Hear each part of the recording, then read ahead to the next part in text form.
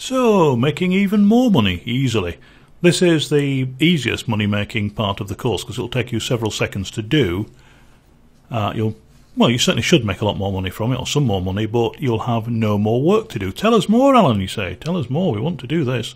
We want to know how to make lots more money with a few minutes of extra work. And no extra work after that. Well, very simply, I take, I think, yes, all of my courses, except this one, actually, for reasons that will be obvious in a second, and I put them on another site. Now, let me just say straight away, at the bottom of this particular lecture, there's a thing called Supplementary Details. There's a link there that is an affiliate link, and I get, I've forgotten, I think it's either 5% or 10% of your earnings for the next 12 months, but you still get 100% of the earnings. So let me just explain that. You don't get anything taken back, but if you don't want to use the affiliate link, well, that's up to you, not a problem. So I take all my courses and they go to skillfeed.com. Now, Skillfeed is owned by a very well-known photographic company who do lots of pictures and things, a massive company. And earlier this year moved into superb offices because I've seen photographs of them in the Empire State Building in New York. Now, let me tell you some of the great things about this. I think the most important thing is, and please don't take this the wrong way, but answering questions can sometimes be a bit of a pain. And if we didn't have to do it, well, that would help. On Udemy, we do have to, and I take it as part of what I do, and that interaction is very good, and I approve of it. Skillfeed, there's no way to interact with the students whatsoever, so there's a lot less work there. You also, once you open an account, all you need to do is to drop your course lectures into Dropbox. You can upload direct to Skillfeed, but actually dropping it straight into Dropbox works really, really well. And you can get a Dropbox account for free that's quite, I think it's 10 gig at the moment. They've just changed all the pricing and things, and I haven't checked it yet. I've seen the email, but I can't remember what they've done. So you can drop your course lectures into Dropbox. You can then press a button in your Skillfeed account, and it'll bring all those in instantly, and it works seamlessly. I know Skillfeed actually have just said that they're working on something even better. Well, I don't know what can be better than that, quite frankly. Now, Skillfeed works really, really weirdly. And if you don't understand this, don't worry, because it doesn't make any sense on the face of it, and there's no point in the nicest possible way of asking me, Alan, tell me that again, how does that work, because it doesn't make sense. I know it sort of doesn't make sense, but you've just got to get your head around it, and I know I'm going to have difficulty explaining this, and I know it doesn't sound good, which is why I'll show you my earnings this year in a second. What Skillfeed does is they have loads of subscribers. Their subscribers pay currently $18 a month, and they have access for that $18 to any of the thousands of courses in Skillfeed, and there's thousands and thousands and thousands of them. At the end of the month, what Skillfeed do, it's going to get complicated, so humour me.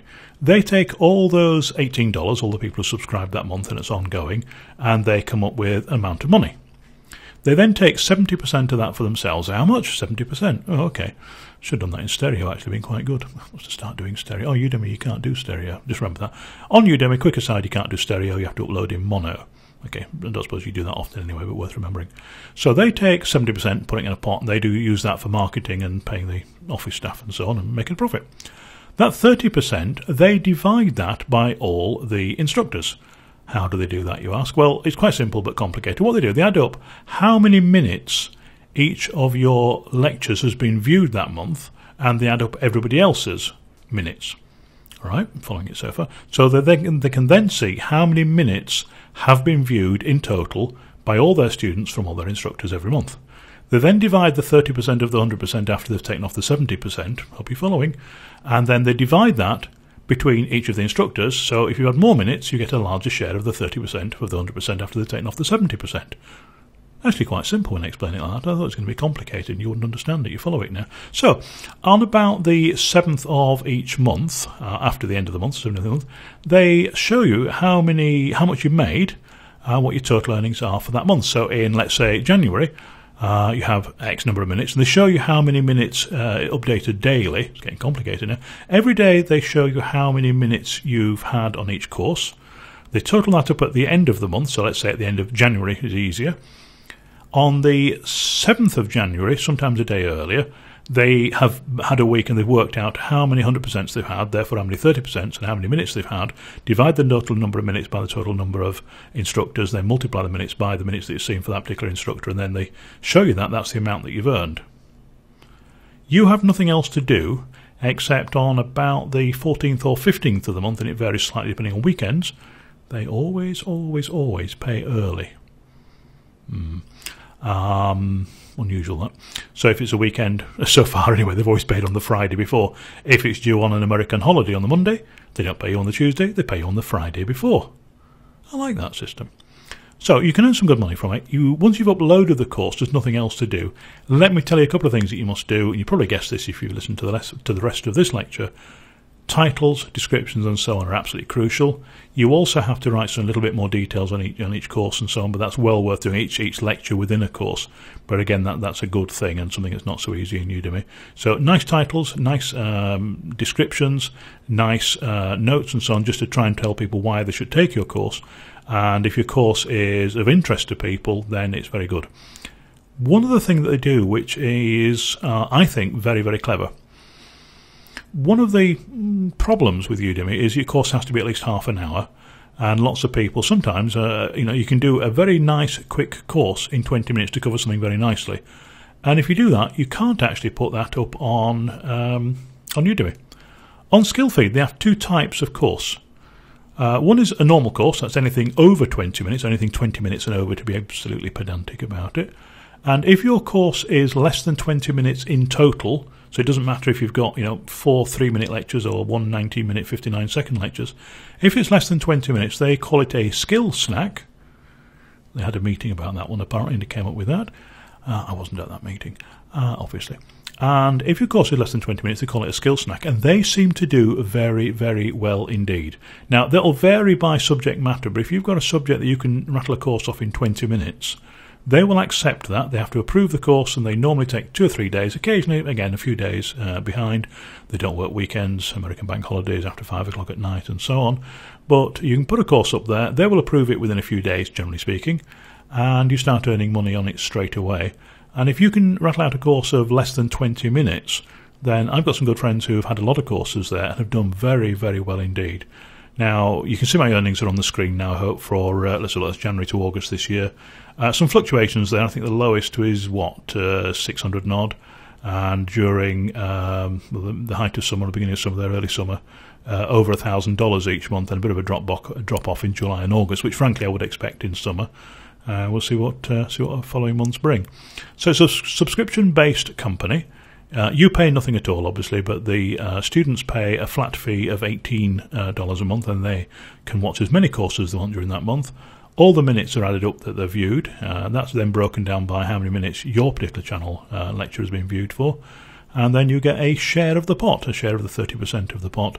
It's paid out by PayPal as ever. I have to say they're a bit slow at responding to questions and so on and so forth. So they have a Facebook lounge that nobody ever seems to monitor. Everybody goes, "Hello, is anybody there?" And it's like, you can hear tumbleweeds. Have you ever heard sound in Facebook? You hear tumbleweeds going through. I'm possibly exaggerating that because I just realised there isn't actually any sound effects in Facebook. No, there isn't. But you get the idea. But if you actually email them, they do respond within a few days. There's a very small staff. I don't mean she's only about 3 foot tall. I mean, there's just a few of them. And they do take a while to answer. They are a lot better than they were a year or so ago when I started with them. And I think there's something that will really go places. They've got massive funding behind them. The guy who owns the parent company is ridiculously expensive and got his own helicopter and things and flies around New York in it. Not a cheap hobby.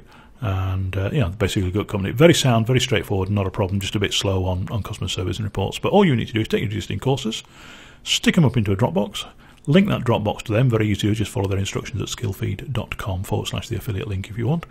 And it's very easy to do. But I would get you to have a think about, if you like creating courses and interested, 2 things you can do. One, look at doing some other courses as skill snacks, anything less than 20 minutes, and it must be less than 20 minutes. When you upload your course, they take care of that. They decide if it's less than 20 minutes, it's a skill snack. If it's more than 20 minutes, it's not a skill snack. They don't have a name for a course that's not a skill snack, so we'll just call it a course. And they will take care of all that for you. The little secret here is if you've got a course that runs, let's say, half an hour, I really think it's worthwhile looking at re-editing, moving things around and cutting it back to 20 minutes, putting it as a skill snack. So a lot of their people seem to do very well on quite short courses. I have to say I do quite well on my longer courses as well. And when you look in there, you'll see that I've got quite a lot in there. But there's no logic of what sells and what doesn't month to month. So there's no point in me saying, this particular thing works, this one doesn't. I've got a narrow niche in there. I've got friends with completely different courses to mine, and they've done quite well with skill snacks and short ones. But it's probably worth your while, if you're clever about it, if you've got a 1 hour course on something, can you turn it into 3 completely separate courses, maybe simple, semi-advanced and very advanced, and you've then got three courses there as skill snacks and less than 20 minutes, and lots of people seem to be watching the less than 20 minutes courses. But I say I've got courses on there that are several hours and they get watched as well. Their stats at the moment are absolutely awful at the time of this recording. They are going to improve them. They said that to me for ages and ages and ages. Yeah, long time for that. Put my blood pressure up just thinking about how long it is. So you don't get a great deal of detail. You don't know how many people have watched. You can see how many minutes you get on a particular course, but is it 100 people watched 1 minute or one person watched 100 minutes? You don't get any detail. You just get the total number of minutes, and it's updated at sort of 9 in the morning New York time, slightly earlier than that actually, in the early hours of the morning Eastern time. Skillfeed.com, supplementary details. I knew I was going to have a problem with that. I do all that. I talk for ages. I've talked for looks down at his clock, 10 minutes, and then he gets the one word at the end, supplementary, wrong. Supplementary details, there's a link there. I have to point out here and there it's an affiliate link to keep within Udemy rules. Quite happy as long as I do that, and if you use that, I get a commission on that. But as you can see, I do use it myself, and they're decent enough people to deal with, and they pay, and you've got no more work to do, and it is an absolute piece of cake to upload to it. That's skillfeed.com.